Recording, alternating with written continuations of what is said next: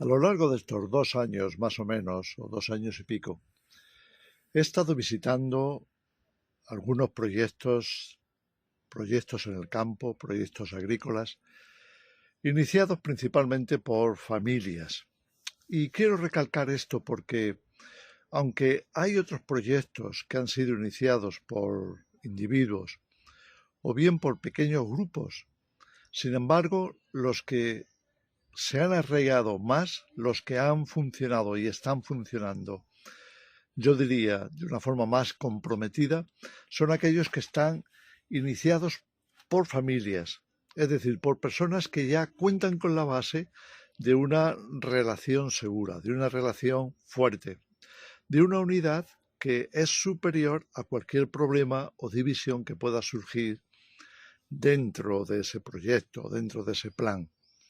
Cuando hablamos de ir a las montañas o a los campos, salir de las ciudades, estamos hablando de la necesidad que tenemos hoy de alcanzar la autosustentabilidad, de alcanzar la mayor independencia posible con respecto al sistema. Esto significa que estamos involucrados en proyectos importantes, vitales, de supervivencia, que quizá por el momento nos pueda parecer que aún sea temprano para hacerlo, pero en realidad no lo es. Y no lo es porque sabemos que el tiempo avanza, que las profecías tienen que cumplirse. Ahí tenemos Apocalipsis, ahí tenemos las advertencias de la necesidad de salir de en medio de ellos, de salir, se refiere al mundo, de salir de las garras, podríamos decir, de un sistema que cada vez es más peligroso, más frío, más interesado en inflar los egos, como les ocurre a los políticos, o les ocurre a aquellos que desean el poder por encima de todo, como cuando hablamos de las élites, de sus distintas asociaciones y programas que están llevando a cabo, contando, por supuesto, con los medios de difusión a los que compran, contando con los políticos, que son fáciles de comprar, y, en fin, todas estas estrategias que se desarrollan precisamente para lograr el objetivo que tienen, que es adquirir un mayor poder, mayor control sobre la gente, mantener la sartén por el mango, como se dice, y avanzar en los proyectos que ellos han diseñado. No te han pedido a ti permiso, ni me lo han pedido a mí, ni te lo van a pedir, ni a mí tampoco, por supuesto. Pero van adelante, y van adelante porque cuentan con el dinero suficiente, cuentan con la influencia necesaria y cuentan, por supuesto, con los medios de difusión que están bajo su control. Bien, creo que estos son razones más que suficientes, especialmente cuando nos atendemos a las profecías, pues ya sabemos lo que nos dice Apocalipsis, que ilustra a ese gobierno final o nuevo orden final como el gobierno de la bestia, y no solo de una bestia, sino de una, dos y más bestias. Las bestias que van a estar pues manejando la situación mundial, que van a estar al control de prácticamente toda la ciudadanía mediante sus recursos, con todo lo que es tecnología punta, con todo aquello que les ayuda a mantener un control muy exhaustivo, incluso con mucho detalle de quiénes somos, cuál es nuestra identidad en todos los sentidos, y todo eso queda registrado por supuesto, en sus datos, con la intención de que nada ni nadie se les escape. Pues justo en este momento es cuando más necesitamos alcanzar esa independencia alimentaria, esa independencia que la llamamos supervivencia porque está orientada en ese sentido. Entonces, volviendo a los proyectos agrícolas, volviendo a todo aquello que tiene relación con esa ida al campo o a las montañas, que sabemos que tiene su estrategia, tiene su dinámica. Bueno, pues todo eso se logra mucho mejor cuando hay unidad. La unidad familiar es una tremenda ventaja, una base excelente. Claro, cuando hablamos entre cristianos podríamos pensar que deberíamos ser capaces de lograr esa unidad familiar sin necesidad de ser familia de sangre. En otras palabras, por el hecho de tener un espíritu común, una creencia básica, unida, como es el Evangelio, como es la palabra de Dios y todos sus valores, todos sus principios, todos sus anhelos, todo lo que nos motiva a estar en la fe. Bueno, pues todo eso debería de ser más que suficiente para que tuviéramos ese mismo sentido familiar, de manera que estemos igual o mejor que las propias familias carnales. Fijaros en el libro de los Hechos, pues ahí mismo al principio, si nos vamos al capítulo 2, que ha habido una explosión evangelística por parte de los apóstoles, que por miles se están convirtiendo ahí mismo en la ciudad de Jerusalén, nos dice que todos los que habían creído estaban juntos y tenían en común todas las cosas. Hasta el punto se sentían familia, que no consentían que nadie tuviera necesidad, sino que repartían todos sus bienes según se fueran necesitando. Es decir, lo mismo que hacemos en una familia natural, lo podemos hacer en la familia espiritual, incluso mejor si nos proponemos. Ese sentido de unidad es estrictamente necesario para llevar a cabo planes de esta índole, planes vitales, planes de supervivencia. Porque cualquier brecha que se abra de inseguridad, de desconfianza, de cualquier defecto del ego que se trate de imponer sobre el grupo, sobre las necesidades generales, sobre la organización, de manera que la administración sea eficaz. Bueno, pues cualquier amenaza de esas puede bombardear o dinamitar el proyecto.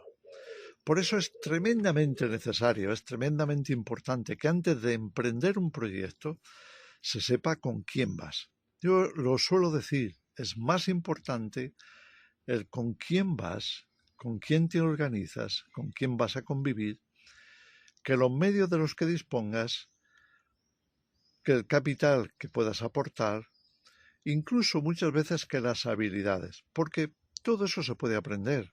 Por supuesto, cualquier cosa que beneficie al funcionamiento será bienvenido, y cuanto más se pueda aportar, más facilidades tendremos de hacerlo funcionar.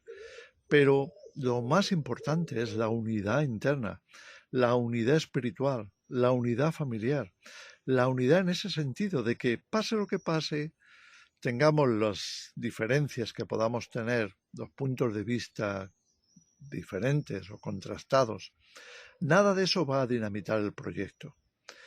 Por supuesto, cuando hay un respeto, como es el respeto que se puede tener en la familia a los padres, el respeto a la convivencia, el respeto a la unidad, todo eso va a ser clave en el funcionamiento, no te quepa la menor duda. Pero muchas veces alcanzar ese compromiso es difícil, porque no se ha alcanzado esa unidad interior, no se ha alcanzado esa unidad espiritual.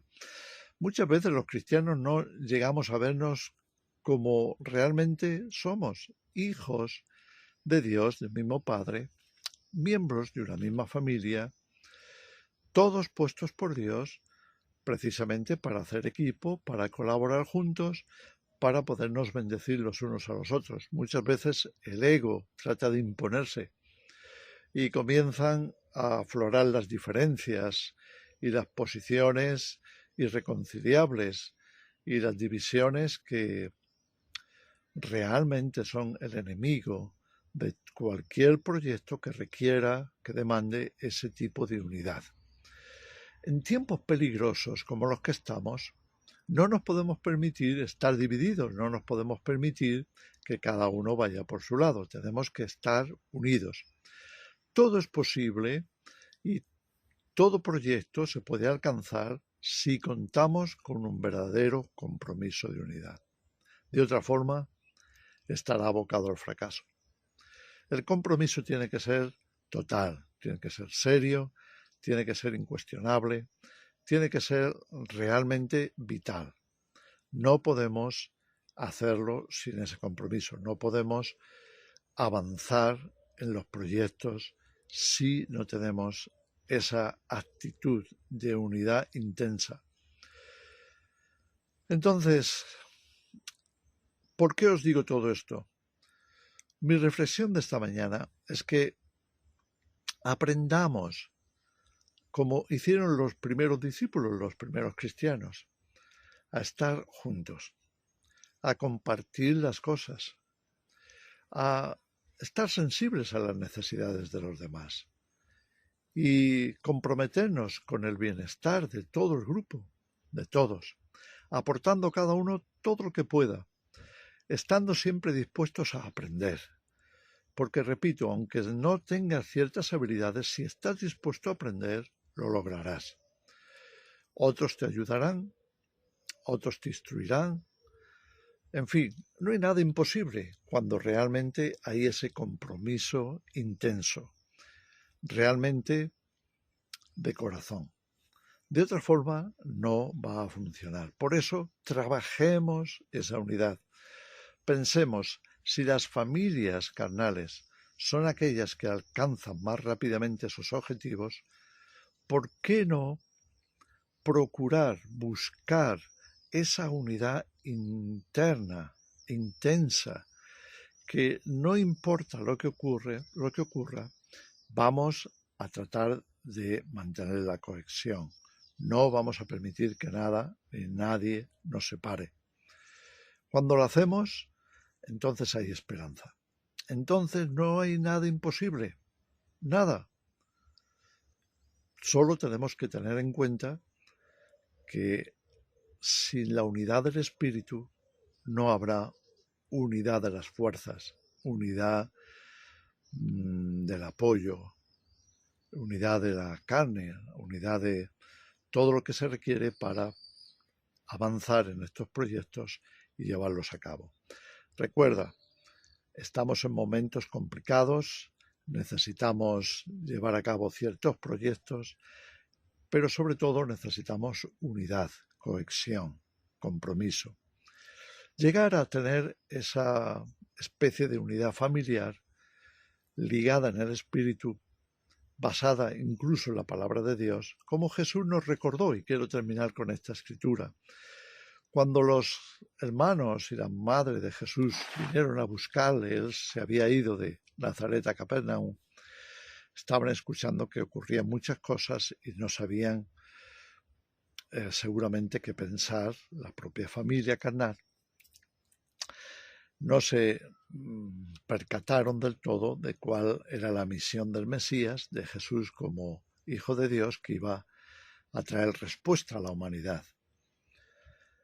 Entonces dice que fueron a buscarle y en ese momento, en esa ocasión, pues estaba Jesús en una casa rodeado de gente y la madre y los hermanos se quedaron fuera enviando el recado de que estaban ahí, que bueno, que querían verle. Entonces, cuando llega esa noticia a los oídos de Jesús, Jesús hace una pregunta muy interesante. ¿Quién son mi madre y mis hermanos? Y entonces, mirando y señalando a los que estaban allí, con mucha atención en todo lo que enseñaba, hace esta declaración. Los que oyen la palabra de Dios para hacerla, esos son mi madre y mis hermanos.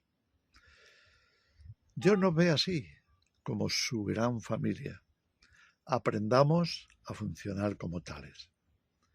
Creo que eso será una de las claves más importantes del éxito. Que el Señor os bendiga.